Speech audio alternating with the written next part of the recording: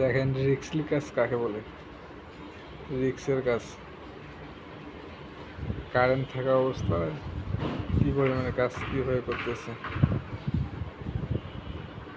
এগুলো কাজ করতে হলে সাহসের দরকার আছে ভাই।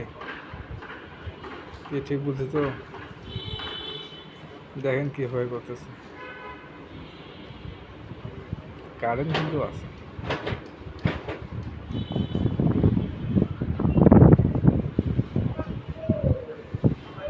অসাধারণ ভাই কাজ করলো ভাইটি।